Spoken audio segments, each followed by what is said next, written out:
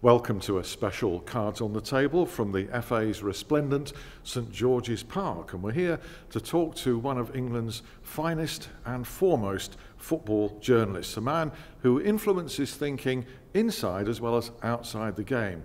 He's Henry Winter of the Daily Telegraph.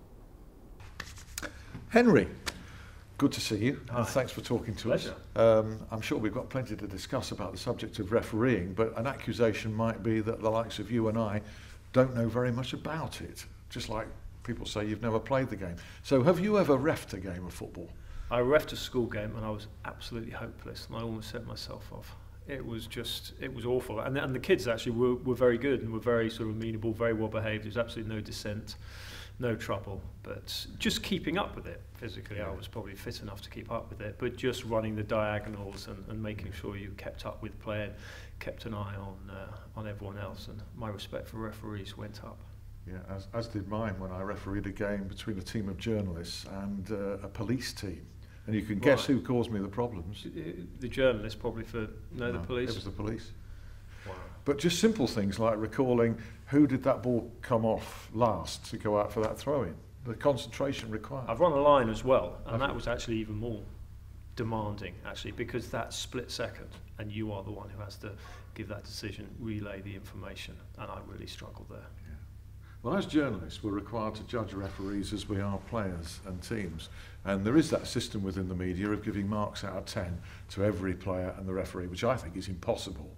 And actually is disrespectful at times, I think, to referees. It is. I mean, I don't do the ratings, but they are very difficult, and there have been some terrible incidents down the year. I can remember being on the England team bus in 2004, where Ashley Cole had just had a fantastic game against Cristiano Ronaldo, and someone from the England team bus rang the press team bus to complain that Ashley Cole had only been given 3 out of 10, and all you could hear in the background with the England players chanting 3 out of 10, you're having a laugh. Because the ratings, and I'm probably giving away trade secrets here, the ratings are often done by 60 minutes, particularly with the bigger circulation, i.e. the tabloid newspapers. They really have to sort of rush it out because they've got so many copies to shift. So the ratings will often go at 60 minutes. And, if you're Ashley Cole and your stamina is one of your main strengths, and you're delivering and you're playing brilliantly towards the end of the game, you don't necessarily get the credit that you deserve. You can always update it for the second edition. No, I've been there doing ratings after an hour, and sometimes even at half time. I think it's disrespectful to the players, the fans, and the journalists poor journalist has to do it. Anyway, we're talking about referees, the standard. If you had to give a mark out of 10 for the current crop of elite referees, what would you give? Depends how you define the elite referees. If you're talking of PGMO, is it 18, 18, yes. 20 in the PGMO? I would probably give 6 out of 10. If I was looking at what I would consider the real top 2 or 3, I'm a huge Clattenburg fan. Partly because I cover a lot of matches in Europe, and you talk to foreign players, foreign coaches, foreign journalists, and they go, Clattenburg was here the other week, he was absolutely brilliant. He just ran it because he's got the sort of the personality, the stamina, there's something about him. He's got that authority. There's a lot of sympathy. Just coming back to your central point, Clattenburg comfortably the best referee in the country for me. Michael Oliver is coming up fast. They parachuted in very early, 25, 26. I know he comes from a refereeing background, but that was quite a test for him. I like the way he's had 1 or 2 setbacks, but he's recovered. But I think at the moment we've got 4 or 5 very good referees, and then some middle-ranking ones, and then some poor ones. And I do look into the Championship and below that, and I do worry about the quality coming through. I know the Premier League and where they've set up this scheme to almost fast-track some of the younger ones through, but I don't know. It's difficult. Plus also, they're walking into the perfect storm of the game's getting faster, players are cheating, social media getting madder. It's tough for referees. Indeed. Just addressing the Clattenburg point, first of all, you're a great fan. There's a feeling that perhaps he doesn't have that many fans within the hierarchy, or at least not fans to the extent that they rate him as the #1 referee. His treatment, he's getting minor Premier League games. He was even suspended on a minor technicality. What's your feeling on that? I think PGMO's attitude towards England's best referee, Mark Clattenburg, is wrong. I think it borders on disgraceful. I think he's a fantastic referee. The support he gets from UEFA and FIFA because he is such a good referee. If I talk to the referees I really respect, and I say, they're often not very good at giving praise to their rivals, but invariably they say, we like Clattenburg. You talk to Steven Gerrard, I wrote a book with Gerrard, and I said, what are the referees like? He said, well, there's a young one, this was about 10 years ago, there's a young referee coming up, Clattenburg's got something about him that I instinctively respect. If he wants to go to an Ed Sheeran concert, well, so what? You might question his taste in music, but you can't question his right to actually go and see Ed Sheeran. I understand they all have to travel in and out together.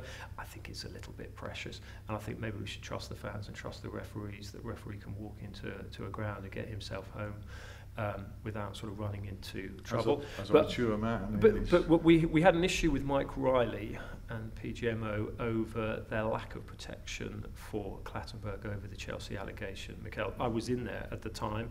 I talked to Chelsea. I said, I understand all the sort of, the tension because you felt hard done by over Terry. They weren't. Terry deserved all the criticism you got. So to make an accusation like this to probably our second best referee at the time after Howard Webb, I thought it was disgraceful. We rang up the Premier League and said, why aren't you going to defend him?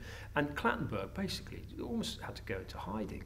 It was just wrong. He was hounded, which is the dark side of our profession. But I think a lot of journalists did stand up for him because we could see that PGMO weren't protecting him, Mike Riley wasn't protecting him, and he deserved it.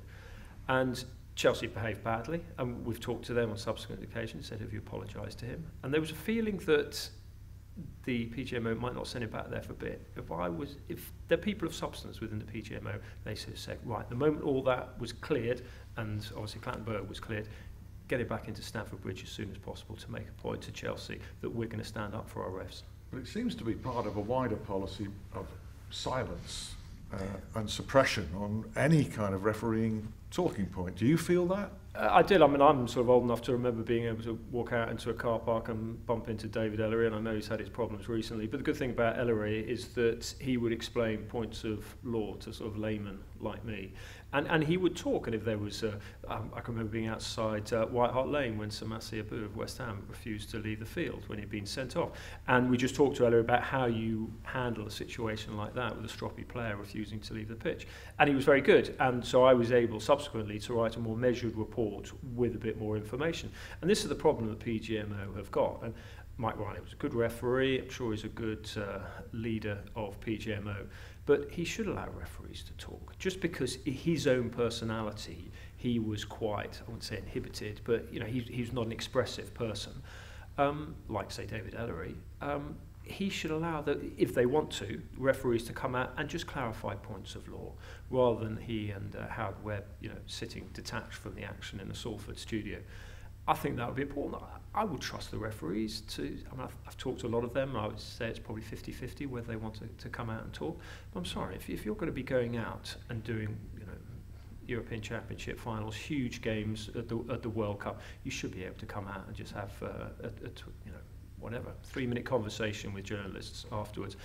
I think at the very least, one journalist should be allowed to go and talk to them and say, listen, there were 3 controversial moments in this game. Now, from a journalistic perspective, if a referee doesn't come out and talk, actually, it gives us more headlines because we can dive into the void. The Premier League is naively allowing this void to develop, and I think they probably quite like the controversy because it spreads the drama and the global appeal of the game. But I think it would help the referees if they were allowed to come out and talk and just clarify. If I'm ill, I go and see a doctor and say, what's wrong? You go to an expert. I want to hear what the referee's got to say to actually explain the laws. You had it the other day with the double kick from Joe Hart. I was listening to the commentary, and I was thinking, well, why hasn't that been? Why has Charlie Austin's goal been ruled out? Now, if the referee had been able to come out and talk after the game, it was clarified during the game. But I think it'd be good if the referees just educate us. We are scared of having a proper debate, an intelligent, unheated debate in this country with the proper facts, which is wrong. It'd be great if the referees were allowed to come out and give us those facts. Because they're not 19-year-old kids, as some players are. We're talking about middle-aged professional men, who are well able to express themselves. That's one of their skills, in fact, on the field, isn't it? Communication. Absolutely. I mean, some referees maybe don't want to be in front of cameras. Fair enough. They don't want the limelight, but they're representing their profession, and their profession is in a difficult place at the moment, and it needs PGMO and the referees themselves to actually say, listen, we're the professionals, we know the laws better than you. I've sat down with Mike Riley and gone through refereeing decisions, and I got most of them wrong. And and that is through watching it on a screen with a multitude of angles. So for the quality of our linesmen, like Darren Cann should be one of the most, and Mike Malarkey should be one of the most, two of the most sort of fated individuals in the country for the work they do, that professionalism that they have, that athleticism to get into the right position, the intelligence and get into the right position, and then to have the eyesight and the experience to get that all right. I think they should be totally praised. And I've talked to Mike, and particularly Darren, who's very chatty at events, and you have a really good conversation with them. And I come away feeling far more knowledgeable about refereeing and about what they go through, and yet they're not allowed to talk publicly, which is daft. Well, a couple of things to finish with. Personality was a word that you used in association with Mark Clattenburg, having a strong persona on the field of play. Do you get the feeling that that is discouraged in the present production line of referees? I think if you put Mike Riley and Mark Clattenburg side by side, you would know instinctively the one that was the more outgoing personality. I think Clattenburg's, I've only talked to him a few times, he seems a sort of level-headed, good guy who is a terrific referee. Talk to the players respect him. Managers as respect him. As they did Mark Halsey previously. And Mark Halsey as well. Well, Mark Halsey was another case in point. Mark Halsey was a very good referee who had the respect of the players, and also because of difficult circumstances that he went through, you saw the outpouring of support for Mark, partly because of what he was going through, but partly because of the huge respect the game felt for him. And Mark was always very good coming out and talking afterwards and explaining decisions. It has to be done that. I don't want to go to court and, if I've done something wrong, then get taken down with the judge, not explaining what the reasoning is. So referees should be allowed to talk. And finally, Henry, we're doing something that I think some people in the game would actively discourage. We're actually talking about refereeing issues in the same way as an ex-player will analyse a current player, an ex-manager will be a pundit talking about current managers. So is there any difference really in our ex-referees analysing the current referees? Any difference at all? I think we need more ex-referees in the media. Graham Pole's got his column. Mark Halsey does stuff.